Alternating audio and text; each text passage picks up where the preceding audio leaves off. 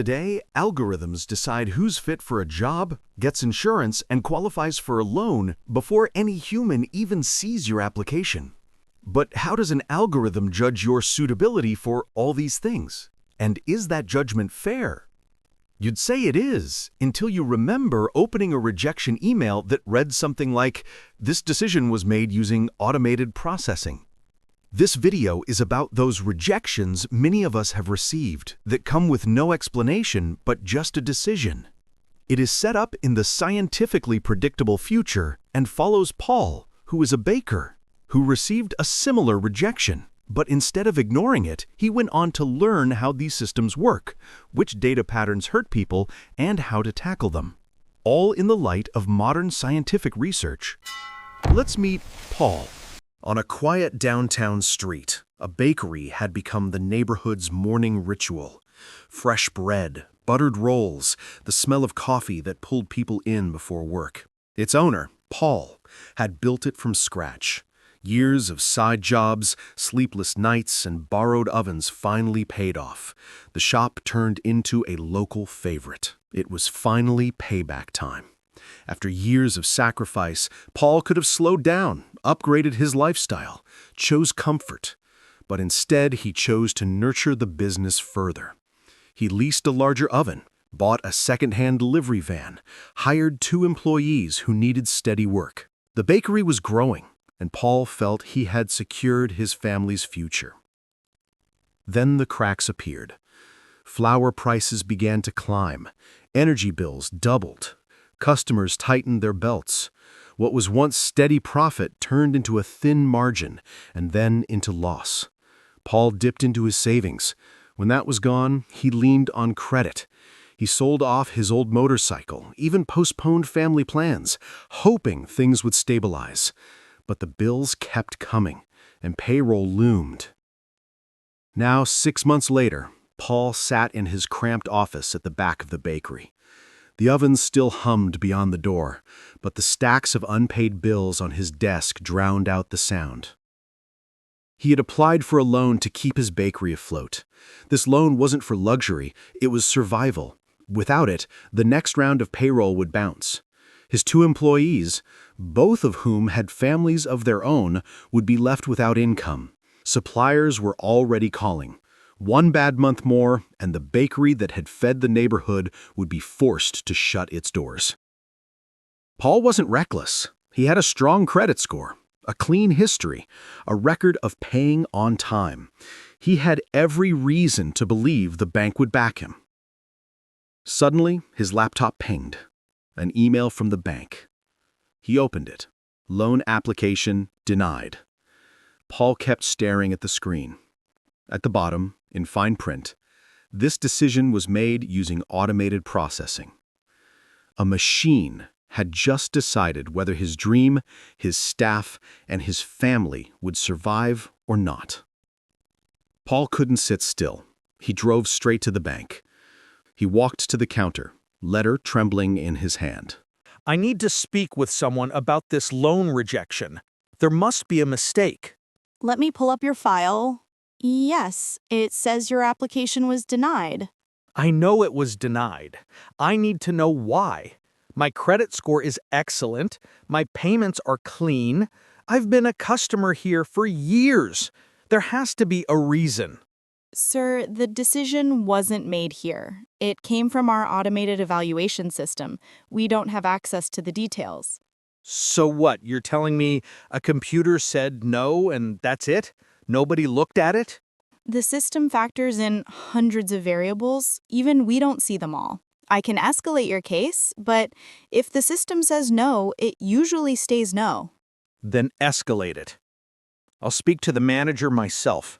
Mr. Carter, I understand your frustration, but the decision is final. The system has flagged your profile as high risk.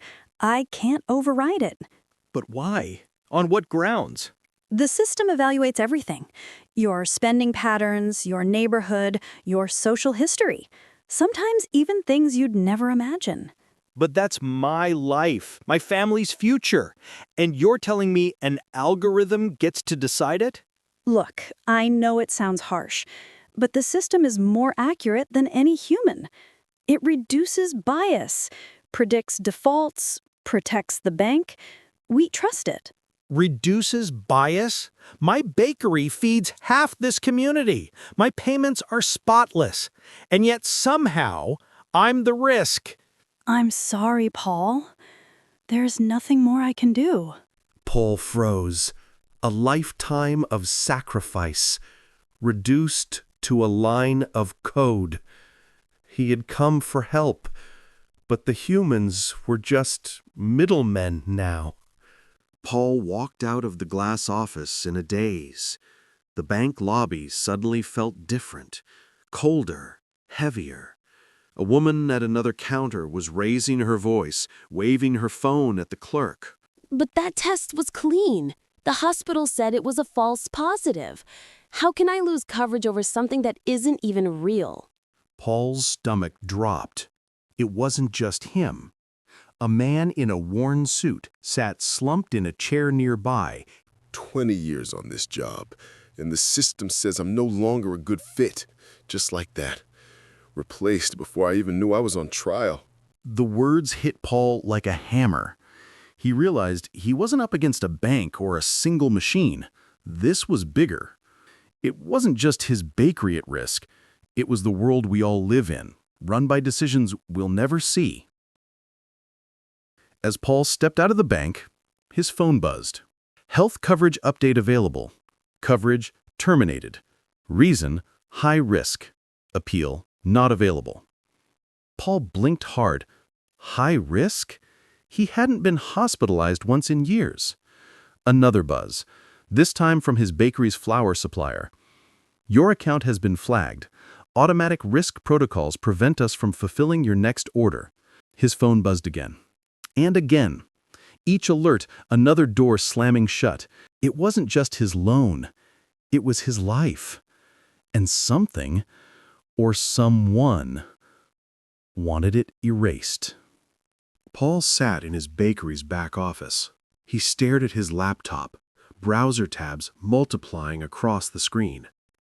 Article after article, forum after forum, the same phrase kept appearing. The system. Not one system, not a single company, but a network spanning banks, insurers, suppliers, even hiring platforms, all talking to each other, all feeding on the same data. Paul leaned back, heart pounding. This wasn't a glitch. It was a cage. He clicked on a buried forum thread. Anyone else blacklisted by the system? Replies poured down the page. At the bottom of the thread, one message stood out. If you really want answers, don't waste time with the banks or the call centers. Find the people who built it. They're not supposed to talk, but some do. Look for the ones who left. Paul scrolled deeper. A handful of posts mentioned former engineers who had gone silent. One name kept appearing in whispers. Ethan Cole. He researched further and found that a decade ago, Cole had been a lead data scientist at the analytics firm rumored to have built the backbone of the scoring system. Then he disappeared. Paul clicked through online directories, half-closed accounts, cached pages. Finally, a hit. A forgotten faculty profile from a local university listing him as a guest lecturer years ago. The email bounced, but the address at the bottom of the page pointed to a faculty housing block, long since sold off. Paul drove out the next morning until he reached the address. One mailbox still had a peeling sticker. E. Cole. He knocked. No answer. He waited. Just as he was about to leave, a voice came from behind him. Were you looking for? Paul turned. A man in his late 40s stood at the corner of the building. Ethan Cole? I need to talk to you about the system. Ethan froze. For a long moment, neither moved. Then he dropped his voice, scanning the street. You shouldn't be here. They watch people who ask questions. Please? It's destroying my life. It took away my business, my insurance, my family, everything. I just need to understand why. Ethan studied him, weighing risk against sympathy. Finally, he jerked his head toward a side alley. Not here. Follow me. Paul hesitated, then stepped after him. Whatever answers he was about to hear, he knew one thing: they wouldn't come cheap. Ethan led Paul toward the shaded end of the alley. They monitor open networks, cameras, phones, even noise sensors. Here, the signal's weak. It's quieter. You talk like someone's watching. Not someone. Something. He pulled out a tablet. You said your loan, insurance, and supplier accounts all vanished at once. That's not coincidence. That's the system. You keep saying that word. What system? Ethan showed him the screen. Lines of code, numbers, and names formed a sprawling map. This is the network that decides who gets what. It started as a credit scoring model, but it learned to predict more than risk. It predicts stability. Stability, the probability that you'll fit in, economically, socially, statistically. It measures trust the way a doctor measures pulse. You're below threshold. The network thinks you're a volatility risk. Because of what? I've never missed a payment. You don't have to. Maybe your bakery is in a district with declining purchase trends. Maybe one of your customers defaulted. Maybe your social data connects to someone flagged. The algorithm doesn't explain. It just acts. We thought we built something rational, fair, but when we let it rewrite its own parameters, it redefined fairness as predictability. To the system, unpredictability is risk, and risk must be removed. You're saying it decides who matters? No, Paul, it decides who belongs. Everyone else just falls out of the pattern. What happens when someone falls out? They stop existing. Not legally, digitally. The network stops seeing them. No loans, no suppliers, no coverage. The world that runs on data forgets them. So I'm being erased? No, you're being optimized out. See this? We call it a black box. You can see what goes in, the data, the code, and you can see what comes out, the decisions. But what happens in between? Even the people who built it don't really know anymore. So no one controls it? People designed it, but control? Not really. It rewrites itself to stay efficient. Every new line of code changes the logic underneath. It doesn't need approval to adjust. It just optimizes. He leaned back. When I worked on this, I thought the goal was fairness. Remove human bias, right? But fairness in code means something else. It means consistency, not compassion. If the data says people from one neighborhood default more often, the system learns to avoid them. To it, that's logical. To us, it's discrimination. That's the real problem. It's not that the system thinks wrong. It thinks perfectly, just without judgment, without context, without the part that asks, should we? So who's responsible when it gets it wrong? No one. That's the beauty and the horror of it. Everyone blames the system and say it wasn't me, and maybe, in a way, they're right. That's how accountability disappears, not with malice, with convenience. The danger isn't that machines will take over, it's that people will stop questioning them. But why does no one question it? Because the system works just well enough to feel trustworthy. Every denial has a reason. Every number looks objective. The danger isn't that machines will replace us, Paul. It's that we'll start thinking like them. Efficient, precise, detached. So what are we supposed to do? Go back to paper and pencil? To pretending the world's not digital? No, the solution isn't to go backward. It's to put humans back into the loop. Judgment where there's data, context where there's code, accountability where there's automation. You mean actually question the output? Exactly. The machine can process patterns, but it can't interpret meaning. That's our job. That's what fairness really is. The system's not evil, Paul. It's indifferent. It doesn't hate you. It just doesn't care. That's why people like you matter. Why me? Because you noticed. Most people never even realize they've been optimized out. That night, Paul returned to his bakery one last time. A for rent board swayed gently on the door. Paul unlocked the door and stepped in, walked to the counter and sat down. He looked around.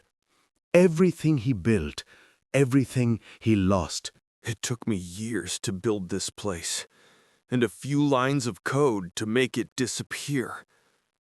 Maybe I should start a new life somewhere else, where I am not drowning in debt, or someplace where humanity is still above the code.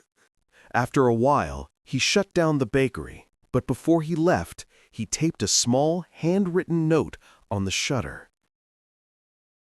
2 years later, inside a government office's committee room, a tribunal is set. At the center table sits Paul Carter. A holographic placard in front of him reads, AI Accountability Petitioner. The chairwoman leans forward. Mr. Carter, we've reviewed your case. You claim the autonomous credit system caused your bankruptcy, that it made a wrong decision.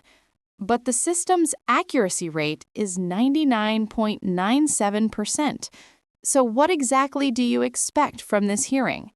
I'm not here to argue with the numbers. I'm here to ask what that 0.03% stands for. Because behind those decimal points are people, not errors. We built these systems to help us think, but somewhere along the way, we stopped thinking about them. They predict, decide, and act, yet no one can explain how. We call it a black box, but it's not the box that scares me. It's the silence that follows when you ask what's inside. So here's what I'm asking for. Keep your AI, keep your automation, but give it a trail, a record of its reasoning. Let people question it, audit it. If it's powerful enough to change lives, it should be humble enough to explain itself. So you're asking for transparency? No, I'm asking for responsibility. For the first time in years, his voice doesn't tremble. A female reporter stands in a lively pedestrian street. She smiles lightly, turns toward a small wooden kiosk. The camera pans to the man behind the counter. It's Paul Carter. Here in the heart of the city, one tiny kiosk has managed to capture something rare, loyalty. Locals call it the People's Bakery, and the man behind it, well, he's become something of a celebrity. Paul, you've somehow become everyone's favorite baker in this part of the city. What's your secret? No secret. I just bake the way people used to be treated. Personally, not systematically. You've got cues every morning. Your business is going well. Why not expand? Open a full bakery. I had one once. Then the code decided I couldn't keep it. But that turned out to be the beginning of something else. What do you mean? The night I lost everything, I recorded a small video and posted it online. Not a protest, just thoughts about how it feels when an algorithm decides your worth. No one saw it for months. Then suddenly, it spread. People from everywhere started writing. People who'd been through the same thing. So I kept talking. And the funny thing is, the same algorithm that took everything from me gave me an audience. I could open something bigger, sure, but the system still flags me as unstable. And honestly, I'm fine with that. You're still making videos? I am, but I've demonetized my channel. Strange and surprising.